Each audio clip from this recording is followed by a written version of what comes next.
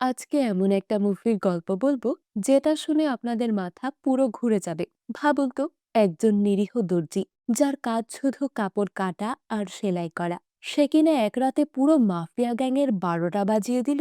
গল্পে এত টুইস্ট আর সাসপেন্স আছে যে আপনি আপনার জায়গা থেকে নড়তেও পারবেন না। তাহলে চলুন আর স্কিপ না করে এই ধামাকাদার মুভির গল্পটা রিক্যাপ করা যাক। গল্পের শুরুটা হয় আমেরিকার শিকাগো শহরে। সেখানে লিওনার্ড বার্লিং নামের একজন বয়স্ক লোক একটা ছোট্ট কিন্তু খুব ক্লাসি দর্জির দোকান চালাতেন।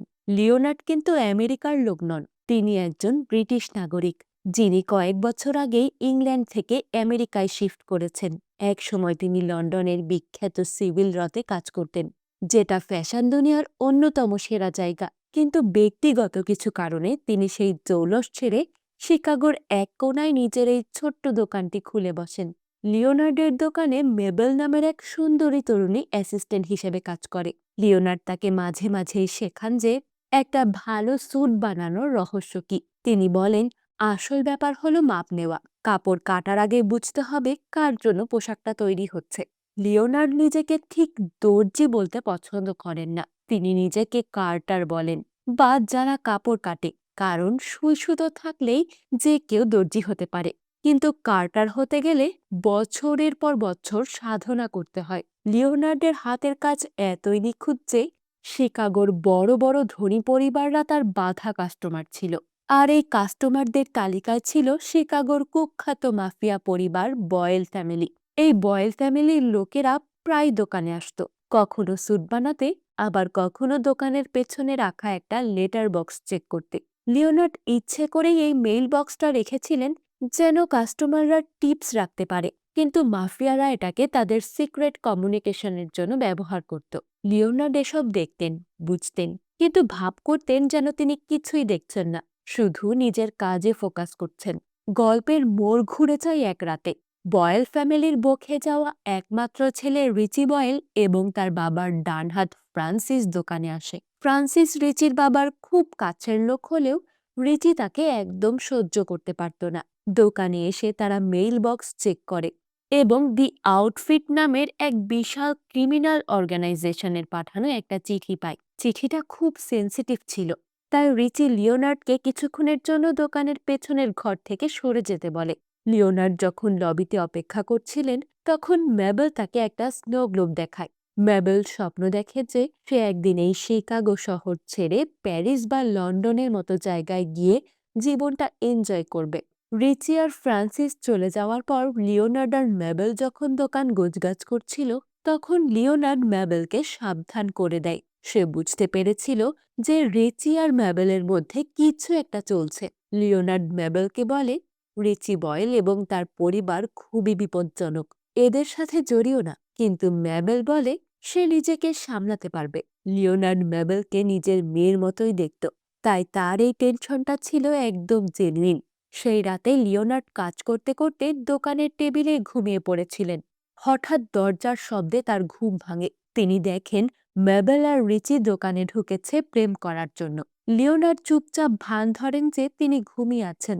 রিচি তখন ম্যাবেলকে বলছিল যে ফ্রান্সিস সন্দেহ করছে তাদের গ্যাংয়ের ভেতরেই কেউ একজন বিশ্বাসঘাতক আছে, যে এফবিআই এবং তাদের শত্রু গ্যাং লা ফন্টেনের কাছে খবর পাচার করছে।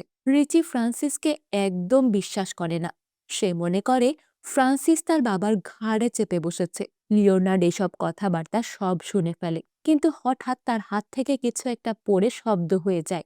বুদ্ধি করে তিনি আবারও ঘুমের ভান করেন, আর ম্যাবেল পরিস্থিতি সামলাতে রিচিকে নিয়ে দোকান থেকে বেরিয়ে যায়। কয়েকদিন পরের ঘটনা। রিচি আর ফ্রান্সিস আবারও দোকানে আসে মেল কালেক্ট করতে। এবার তারা দি আউটফিট থেকে একটা চিঠি আর একটা ক্যাসেট টেপ পায়। তারা সেটা নিয়ে তাদের বস রয় বয়েলের কাছে যাওয়ার জন্য রওনা দেয়। কিন্তু এর কিছুক্ষণ পরেই, সেই একই রাতে, তারা হন্তদন্ত হয়ে লিওনার্ডের দোকানে ফিরে আসে। এবার পরিস্থিতি ভয়াবহ। রিচির পেটে গুলি লেগেছে। লা ফন্টেন গ্যাং তাদের উপর অতর্কিত হামলা করেছিল। ফ্রান্সিস লিওনার্ডকে বন্দুকের মুখে হুমকি দেয় রিচির চিকিৎসা করতে। লিওনার্ড প্রথমে ঘাবড়ে যায়, বলে, আমি ডাক্তার নই, আমি দর্জি। কিন্তু ফ্রান্সিস নাছোড়বান্দা। সে বলে, এখনই রক্ত বন্ধ না করলে রিচি মারা যাবে, আর রিচি মারা গেলে আমার বস আমাকে জ্যান্ত পুঁতে ফেলবে। উপায় না পেয়ে লিওনার্ড তার সুই সুতো দিয়েই রিচির পেটের ক্ষত সেলাই করতে শুরু করে। চিন্তা করুন অবস্থাটা, কোনো অ্যানেস্থেশিয়া ছাড়াই জ্যান্ত মানুষের পেটে সুই ফোরানো হচ্ছে। রিচি ব্যথায় অজ্ঞান হয়ে যায়, কিন্তু লিওনার্ড তার যুদ্ধের সময় কিছু অভিজ্ঞতা কাজে লাগিয়ে কোনো মতে রক্তপাত বন্ধ করতে সক্ষম হয়। চিকিৎসা শেষ হলে ফ্রান্সিস লিওনার্ডকে বলে যে তাকে এখন একটা ক্যাসেট প্লেয়ার খুঁজতে বাইরে যেতে হবে, কারণ তাদের কাছে যেই টেপটা ছিল সেটাতে নাকি ওই বিশ্বাসঘাতকের গলার আওয়াজ রেকর্ড করা আছে। ফ্রান্সিস বলে, এই টেপটা এখন আমাদের জীবন মরণ সমস্যা। এফবিআই আমাদের কোথাও একটা আড়ি পাতার যন্ত্র বসিয়েছে, আর এই টেপটা শুনলেই বোঝা যাবে কে আমাদের সাথে গাদ্দারিটা করছে। ফ্রান্সিস টেপ সহ সুটকেসটা দোকানে রেখে রিচিকে লিওনার্ডের জিম্মায় দিয়ে বাইরে চলে যায়। ফ্রান্সিস চলে যাওয়ার পর রিচির জ্ঞান ফেরে। লিওনার্ড তাকে পানি খাইয়ে সুস্থ করার চেষ্টা করে। এরপরে শুরু হয় লিওনার্ডের আসল খেলা, মাইন্ড গেম। লিওনার্ড খুব শান্তভাবে রিচিকে বলে, আচ্ছা রিচি, তোমার কি মনে হয় না ফ্রান্সিসের আচরণ একটু অদ্ভুত? লা ফন্টেনের এত বড় হামলায় তুমি গুলি খেলে, আর ফ্রান্সিসের গায়ে একটা আঁচড়ও লাগলো না।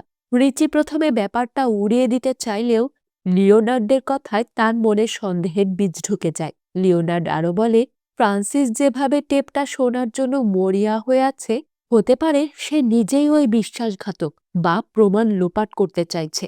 কথার মাঝখানে লিওনার্ড হঠাৎ রিচিকে বলে বসে, জানো রিচি, আমি সেই বিশ্বাসঘাতক। আমি এফবিআই কে খবর দিয়েছি। রিচি এটা শুনে হেসেই খুন। সে ভাবে এই নিরীহ দর্জি মনে হয় মজা করছে। সে বলে, তুমি তুমি তো একটা সামান্য দর্জি, তুমি মাফিয়াদের প্যাচ বুঝবে কি? লিওনার্ড তখন তার সেই বিখ্যাত লাইনটা বলে, আমি দর্জি নই, আমি একজন কার্টার, আর কার্টার হতে গেলে অনেক ধৈর্য আর প্ল্যানিং লাগে। লিওনার্ডের এই কনফেশনটা রিচি সিরিয়াসলি নেয়নি, কিন্তু লিওনার্ড মূলত রিচি আর ফ্রান্সিসের মধ্যে বিশ্বাসটা পুরোপুরি ভেঙে দিচ্ছিল। কিছুক্ষণ পর ফ্রান্সিস দোকানে ফিরে আসে, কিন্তু লিওনার্ড তার আগেই ফ্রান্সিসকে আড়ালে ডেকে ফিসফিস করে বলে, ফ্রান্সিস, রিচি কিন্তু তোমাকে সন্দেহ করছে। সে তোমার রেখে যাওয়া সুটকেসটা খুলে দেখেছিল। বুঝলেন তো ব্যাপারটা? লিওনার্ড দুই পক্ষকেই একে অপরের বিরুদ্ধে উস্কে দিল। ফ্রান্সিস এসে বলে সে টেপ প্লেয়ার খুঁজে পায়নি, কিন্তু এখন তারা টেপটা নিয়ে অন্য কোথাও যাবে। রিচি বেঁকে বসে। সে বলে, বাবা না আসা পর্যন্ত আমি কোথাও যাব না, আর ওই টেপটা এখানেই থাকবে। তর্কাতর্কি চরমে পৌঁছায়। রিচি ডিমান্ড করে যে এখনই টেপটা চেক করা হবে, কিন্তু হাই, সুটকেস খুলতেই দেখা যায় সেটা খালি, টেপ গায়েব। রিচি ভাবে ফ্রান্সিস টেপটা সরিয়ে ফেলেছে, কারণ ফ্রান্সিসই বিশ্বাসঘাতক, আর ফ্রান্সিস ভাবে রিচি তাকে ফাঁসানোর চেষ্টা করছে। দুজনেই একে অপরের দিকে বন্দুক তাক করে। রিচি বন্দুক চালানোর চেষ্টা করে, কিন্তু সে আহত ছিল এবং ধীর গতির। ফ্রান্সিস সুযোগ না দিয়ে সোজা রিচির গলায় একটা গুলি করে দেয়। চোখের পলকে মাফিয়া বসের ছেলে রিচি বয়েল লাশ হয়ে মাটিতে লুটিয়ে পড়ে। সে রিচিকে বলে, তুমি মারা গেলে কারণ তুমি দুর্বল। লিওনার্ড চুপচাপ দাঁড়িয়ে এই পুরো দৃশ্যটা দেখে, যেন সে জানতো এটা হতে চলেছে। একটা ডেড বডি, একটা নিখোঁজ টেপ, আর সামনে আসছে মাফিয়া বস রয় বয়েল। দোকানের পরিস্থিতি এখন বারুদ হয়ে আছে। পরক্ষণেই রিচের নিথর দেহটা মাটিতে পড়ে থাকতে দেখে ফ্রান্সিসের তখন হুঁশ ফিরল। সে বুঝতে পারল রাগের মাথায় সে সাংঘাতিক ভুল করে ফেলেছে। বসের ছেলে, তার ছোট ভাই সম রিচি আর নেই। ফ্রান্সিস পাগলের মতো লিওনার্ডকে বলতে লাগলো, জলদি লাশটা সরাও, রক্ত পরিষ্কার করো। রয় এসে পড়লে আমাদের কাউকেই আস্ত রাখবে না। লিওনার্ড অনিচ্ছা সত্ত্বেও সাহায্য করতে বাধ্য হলো। ভাবুন একবার, একজন দর্জি যে কিনা কাপড় কাটে, সে এখন রক্ত মুছছে আর লাশ লুকাচ্ছে দোকানের পেছনের এক সিন্দুকে। ঠিক সেই মুহূর্তে দরজায় আওয়াজ। রয় বয়েল এসে গেছে তার দলবল নিয়ে। রয় বয়েল ভেতরে ঢুকলো, আর তার সাথে তার বডিগার্ড। রয় এসে লিওনার্ডকে ধন্যবাদ জানালো যে সে বিপদের সময় তার ছেলের পাশে দাঁড়িয়েছে। কিন্তু রয় জানত না তার ছেলে আর নেই, আর তার খুনি খোদ তার ডান হাত ফ্রান্সিস। ফ্রান্সিস ততক্ষণে নিজেকে সামলে নিয়েছে। সে রয়কে একটা ডাহা মিথ্যে কথা বলল, রিচি টেপটা নিয়ে বেরিয়ে গেছে, সে আপনার সাথে দেখা করতে চায়নি, সে একাই সব সামলাতে চায়। রয় একটু অবাক হলো। ছেলে তার আহত, গুলি খেয়েছে, সে একা কোথায় যাবে? রয় ফ্রান্সিসকে ধমক দিল, তুমি ওকে আটকালে না কেন? যাও এক্ষুনি রিচিকে খুঁজে বের করো। ফ্রান্সিস তো মহা বিপদে। সে জানে রিচি কোথাও নেই। রিচি পেছনের বাক্সে লাশ হয়ে পড়ে আছে, কিন্তু বসের হুকুম, তাই তাকে বেরোতেই হলো রিচিকে খোঁজার নাম করে। রয় বয়েল দোকানেই থেকে গেলেন, যদি রিচি ফিরে আসে বা অন্য কোনো খবর পাঠায়। এবার শুরু হলো এক অদ্ভুত স্নায়ুযুদ্ধ। দোকানের ভেতরে শুধু লিওনার্ড আর রয় বয়েল। রয় লিওনার্ডের কাজের প্রশংসা করতে লাগলো। সে জিজ্ঞেস করল, তুমি লন্ডন ছেড়ে এই শিকাগোতে কেন এলে? লিওনার্ড তখন তার পুরনো ব্লু জিন্সের গল্প শোনালো, কিন্তু রয় সেটা শুনে হাসল। কথার মাঝখানে রয় লিওনার্ডকে তার জগৎ সম্পর্কে কিছু সিক্রেট বলতে শুরু করে। সে বলে, তুমি কি জানো দি আউটফিট কি? লিওনার্ড মাথা নেড়ে না বলল। রয় তখন এক্সপ্লেন করা শুরু করে যে দি আউটফিট হলো মাফিয়াদের একটা আন্তর্জাতিক নেটওয়ার্ক, যাদের ক্ষমতা ইউরোপ থেকে আমেরিকা পর্যন্ত বিস্তৃত। রয় গর্ব করে বলল যে আউটফিট এখন বয়েল ফ্যামিলিকে প্রোটেকশন দিচ্ছে, কারণ বয়েলরাই একমাত্র গ্যাং যারা লা ফন্টেনের বিরুদ্ধে লড়ছে। আর ওই টেপটা, ওটা এফবিআই এর ঘর থেকে আউটফিট চুরি করে পাঠিয়েছে বয়েলদের সাহায্য করার জন্য। লিওনার্ড এসব শুনে অবাক হওয়ার ভান করে, জিজ্ঞেস করে, আপনি আমাকে এসব কেন বলছেন? হঠাৎ রয়ের চোখ পড়ে দোকানের এক কোনায়। সেখানে হ্যাঙ্গারে একটা কোট ঝুলছে, রিচির কোট। রয়ের মুখটা মুহূর্তের মধ্যে শক্ত হয়ে গেল। শিকাগোর হাড় কাঁপানো শীতে রিচি তার কোট ছাড়া বাইরে যাবে? অসম্ভব। রয় বুঝতে পারে এখানে একটা ঘাপলা আছে। রিচি দোকান থেকে বেরই হয়নি। রয়ের ইশারায় তার বডিগার্ড লিওনার্ডের কপালে বন্দুক ঠেকিয়ে দিল। লিওনার্ডের অবস্থাটা তখন বেশ খারাপ। সে যাই বলুক না কেন, বিপদ তার ঘাড়েই। লিওনার্ড বলতে শুরু করে যে ফ্রান্সিস তাকে সত্যটা বলতে বারণ করেছে, কিন্তু তখনই দরজার ভেতরে ঢুকলো ফ্রান্সিস। আর তার সাথে কে? ম্যাবেল। ফ্রান্সিস ম্যাবেলকে জোর করে ধরে নিয়ে এসেছে। ফ্রান্সিস এসেই নতুন নাটক শুরু করলো। সে দাবি করে যে ম্যাবেল হলো সেই বিশ্বাসঘাতক, কারণ রিচি ম্যাবেলের বয়ফ্রেন্ড ছিল এবং রিচি নিশ্চয়ই ম্যাবেলের কাছে গেছে। কিন্তু রয় ক্ষেপে গিয়ে ম্যাবেলকে মারধর শুরু করলো সত্য বের করার জন্য। লিওনার্ড নিজের চোখের সামনে ম্যাবেলকে মার খেতে দেখে আর স্থির থাকতে পারল না। সে রয়কে থামানোর চেষ্টা করল, কিন্তু রয় আর ফ্রান্সিস মিলে ম্যাবেলকে পেছনের ঘরে টেনে নিয়ে গেল আরো টর্চার করার জন্য। এই মুহূর্তে লিওনার্ড তার তুরুপের তাসটা খেলল। সে রয়কে থামিয়ে বলে, দাঁড়ান, আমি সত্যিটা বলছি। রিচি কেন পালিয়েছে জানেন? লিওনার্ড তখন এক অসাধারণ মিথ্যে গল্প ফাঁদল। সে বলে, রিচি লজ্জায় পালিয়েছে। লা ফন্টেনের সাথে গোলাগুলিতে ফ্রান্সিস 4 জনকে মেরেছে, কিন্তু রিচি একটাও মারতে পারেনি। তাই রিচি নিজেকে প্রমাণ করার জন্য একাই লা ফন্টেনের ডেরায় গেছে তাদের মারতে, যাতে সে বাবাকে দেখাতে পারে সেও কাজের। গল্পটা এতটা বিশ্বাসযোগ্য ছিল যে রয় একটু থমকে গেল। কিন্তু ফ্রান্সিস তো জানে রিচি মারা গেছে, তাই সে ম্যাবেলকে ফাঁসানোর জন্য উঠে পড়ে লাগলো। সে বলল, ম্যাবেল আমার কাছে আমার মেয়ের মতো, ওকে মারবেন না। রয় একটু নরম হলো, কিন্তু সন্দেহ পুরোপুরি গেল না। ঠিক সেই নাটকীয় মুহূর্তে দোকানের ফোনটা বেজে উঠল। ক্রিং ক্রিং। সবার নজর ফোনের দিকে। বস, রিচি ফোন করেছে। সে লা ফন্টেনের হাত থেকে লুকিয়ে আছে এবং একটা নির্দিষ্ট ঠিকানায় আপনাদের অপেক্ষা করতে বলেছে। ফোনটা কেটে যাওয়ার পর রয় আর এক মুহূর্ত দেরি করে না। সে ভাবছে তার ছেলে বেঁচে আছে, একটা নির্দিষ্ট স্থানে লুকিয়ে আছে। রয় তার লোকজন নিয়ে তড়িঘড়ি করে বেরিয়ে গেল। দরজা বন্ধ হতেই দোকানে নেমে এলো এক ভারী নীরবতা। ফ্রান্সিস সন্দেহ ভরা চোখে লিওনার্ডের দিকে তাকালো। লিওনার্ড শান্ত গলায় বলে, আমি এমন একটা জায়গার ঠিকানা দিয়েছি যেখানে কেউ একজন সত্যিই অপেক্ষা করছে। এবার ফ্রান্সিসের মুখের রং বদলে যায়। লিওনার্ড ধীরে ধীরে মেবেলের দিকে তাকায়, আর মেবেল, তার গলায় এক অদ্ভুত শান্ত স্বর। ওই হলো আসল বিশ্বাসঘাতক। ফ্রান্সিস স্তব্ধ।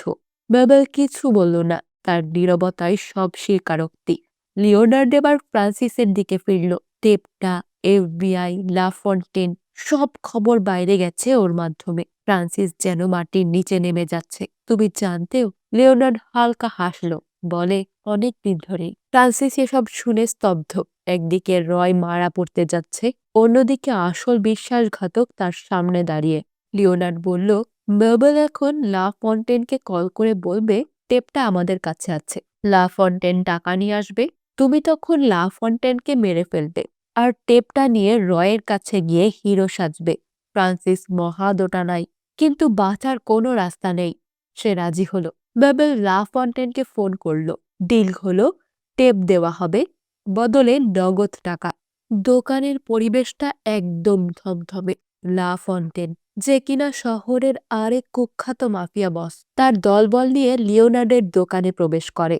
তার হাতে টাকার ব্রিফকেস, আর তার উদ্দেশ্য একটাই, বয়েল ফ্যামিলির সাথে সেই সিক্রেট টেপটা কেনা। ব্যাবেল সামনে দাঁড়িয়ে ডিল করছে, আর লিওনার্ড শান্তভাবে কাউন্টারের পাশে। কিন্তু আসল খেলাটা চলছে পেছনের ঘরে। ফ্রান্সিস বন্দুক হাতে ঘাপটি মেরে বসে আছে, অপেক্ষা করছে সঠিক মুহূর্তের জন্য।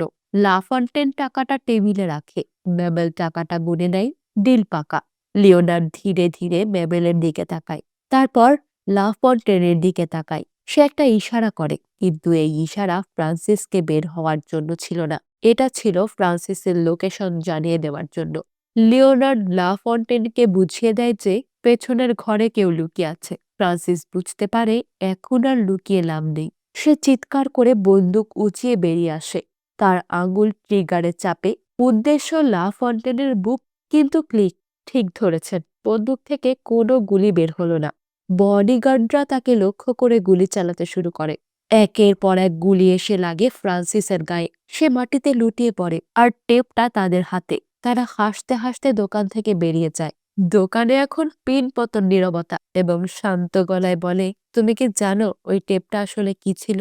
ব্যাবেল অবাক হয়ে তাকায়। লিওনার্ড তখন আসল বোমাটা ফাটায়। সে বলে, লা ফন্টেন যে টেপটা নিয়ে গেল, ওটা আসলে একটা নকল টেপ। ওটাতে কোনো মাফিয়ার সিক্রেট নেই। ওটাতে আছে জাস্ট ব্ল্যাঙ্ক রেকর্ডিং। ব্যাবেল তো আকাশ থেকে পড়ল। লিওনার্ডের আসল উদ্দেশ্য ছিল এই দুই মাফিয়া পরিবার, বয়েল আর লা ফন্টেন, দুটোকেই ধ্বংস করা। সে চেয়েছিল ম্যাবেল যেন এই নরক থেকে মুক্তি পায়। লিওনার্ড ম্যাবেলের হাতে সেই টাকার ব্যাগটা তুলে দেয়, যেটা লা ফন্টেন দিয়ে গেছে। সে বলে, ম্যাবেল, এই টাকাটা নাও। এটা তোমার টিকিট। তুমি প্যারিস যাও, লন্ডন যাও, দুনিয়া দেখো, তোমার স্বপ্ন পূরণ করো। ম্যাবেল লিওনার্ডকে ছেড়ে যেতে চায় না। সে বলে, আমি এক বুড়ো মানুষ, আমার অতীত আমাকে তাড়া করে বেড়ায়। তুমি তোমার জীবন শুরু করো। ম্যাবেলের চোখ থেকে পানি পড়ছে। সে লিওনার্ডকে বিদায় জানায় এবং দোকান থেকে বেরিয়ে যায় তার নতুন জীবনের উদ্দেশ্যে। ম্যাবেল চলে যাওয়ার পর লিওনার্ড এক অদ্ভুত কাজ শুরু করে। সে দোকানের তাকে রাখা কেমিক্যালগুলো মেঝেতে কাপড়ের উপর ঢালতে শুরু করে। সে তার এত বছরের সাধনার দোকান আর তার প্রিয় কার্টিং টেবিল সব পুড়িয়ে ফেলার জন্য প্রস্তুতি নেয়। দেশলাই জ্বলে ওঠে, আর দাউ দাউ করে আগুন ছড়িয়ে পড়ে দোকানের ভেতর। লিওনার্ড তার কোটটা পরে বের হওয়ার জন্য দরজার দিকে পা বাড়ায়, কিন্তু গল্প এখানেই শেষ নয়। হঠাৎ করেই পেছন থেকে একটা ছায়া নড়ে ওঠে। ফ্রান্সিস, সে মরেনি। এতগুলো গুলি খাওয়ার পরেও লোকটা বেঁচে আছে। জম্বির মতো উঠে দাঁড়ায় ফ্রান্সিস। সে লিওনার্ডকে লক্ষ্য করে গুলি চালায়। গুলিটা লিওনার্ডের মাথায় না লাগলেও হাতে গিয়ে লাগে। লিওনার্ড যন্ত্রণায় কুঁকিয়ে ওঠে। ফ্রান্সিস এবার একটা ধারালো কিছু দিয়ে লিওনার্ডের দিকে তেড়ে আসে। তার চোখে তখন খুনির উন্মত্ততা। সে লিওনার্ডকে শেষ করেই ছাড়বে। আগুন তখন দোকানের চারদিকে ছড়িয়ে পড়েছে। আগুনের লেলিহান শিখার মাঝে দাঁড়িয়ে দুই আহত বাঘের লড়াই। ফ্রান্সিস ভাবছে, লিওনার্ড একজন দুর্বল বুড়ো দর্জি, তাকে মারা কোনো ব্যাপারই না। সে লিওনার্ডকে কর্নারে চেপে ধরে, কিন্তু তখনই লিওনার্ড তার আসল রূপ দেখায়। সে তার শার্টের হাতা গুটিয়ে ফেলে। আগুনের আলোয় ফ্রান্সিস দেখতে পায় লিওনার্ডের দুই হাত ভর্তি ট্যাটু। এই ট্যাটু কোনো সাধারণ ট্যাটু নয়, এগুলো মাফিয়াদের ট্যাটু। লিওনার্ড ফ্রান্সিসের চোখের দিকে তাকিয়ে তার অতীতের জীবনের গল্প বলে। সে বলে, আমিও একসময় তোমাদের মতোই ছিলাম ফ্রান্সিস। আমিও মানুষ মারতাম, আমিও মাফিয়াদের হয়েই কাজ করতাম। কিন্তু একদিন আমাকে এমন একটা কাজ করতে বলা হলো যেটা আমি করতে পারিনি। আমি কাজটা ছেড়ে পালিয়ে এসেছিলাম লন্ডনে, সংসার পেতেছিলাম। কিন্তু তারা আমাকে ছাড়েনি। তারা আমার বাড়ি পুড়িয়ে দিয়েছিল, আমার স্ত্রী আর আমার মেয়েকে জ্যান্ত পুড়িয়ে মেরেছিল। লিওনার্ডের গলার স্বর ভারী হয়ে আসে। সে বলে, আমি সেই আগুনের হাত থেকে পালিয়ে এখানে এসেছিলাম নতুন জীবন শুরু করতে, কিন্তু তোমরা আমাকে আবারও সেই পুরনো জীবনেই টেনে আনলে। ফ্রান্সিস এসব শুনেও থামে না। সে ছুরি দিয়ে আঘাত করতে চায়, কিন্তু লিওনার্ড তো আর সেই সাধারণ দর্জি নয়। সে একজন অভিজ্ঞ ফাইটার। সে ফ্রান্সিসের আক্রমণ প্রতিহত করে এবং সেই কাপড় কাটার ধারালো কেচি দিয়ে ফ্রান্সিসের ঘাড়ে সজোরে আঘাত করে। ফিনকি দিয়ে রক্ত বের হয়। ফ্রান্সিস এবার আর উঠতে পারে না। সে আগুনের মধ্যে লুটিয়ে পড়ে, এবার চিরতরের জন্য। কিন্তু তার মনে এক অদ্ভুত শান্তি। সে মেবেলকে বাঁচাতে পেরেছে, সে মাফিয়াদের শেষ করতে পেরেছে। লিওনার্ড ধীরে ধীরে আগুনের মধ্য দিয়ে দরজার দিকে এগিয়ে যায়। সে তার হ্যাটটা ঠিক করে পরে নেয়। বাইরে তখন ভোরের আলো ফুটছে। লিওনার্ড বার্লিং, ডিক কার্টার ধীর পায়ে হেঁটে চলে যায় শিকাগোর রাস্তা দিয়ে। পেছনে দাউ দাউ করে জ্বলতে থাকে তার দোকান, আর তার সাথে পুড়ে ছাই হয়ে যায় এক ভয়ঙ্কর রাতের স্মৃতি। কেমন লাগলো আজকের গল্পটা? দেখলেন তো একজন শান্তশিষ্ট দর্জি কিভাবে পুরো মাফিয়া সাম্রাজ্যকে ধসিয়ে দিল শুধু তার বুদ্ধি আর ধৈর্যের জোরে। লিওনার্ড প্রমাণ করে দিল যে গায়ের জোরের চেয়ে মাথার জোর অনেক বেশি শক্তিশালী। আর ওই শেষ টুইস্টটা, লিওনার্ড নিজেই একজন এক্স গ্যাংস্টার ছিল। এটা কে ভাবতে পেরেছিল বলেন? আমার তো জাস্ট লোম দাঁড়িয়ে গেছিল ওই সিনটা দেখে। আপনাদের কাছে গল্পটা কেমন লাগলো কমেন্টে অবশ্যই জানাবেন। আর হ্যাঁ, আজকে আমার একটু ঠান্ডা লাগার কারণে গলাটা অদ্ভুত শোনাতে পারে।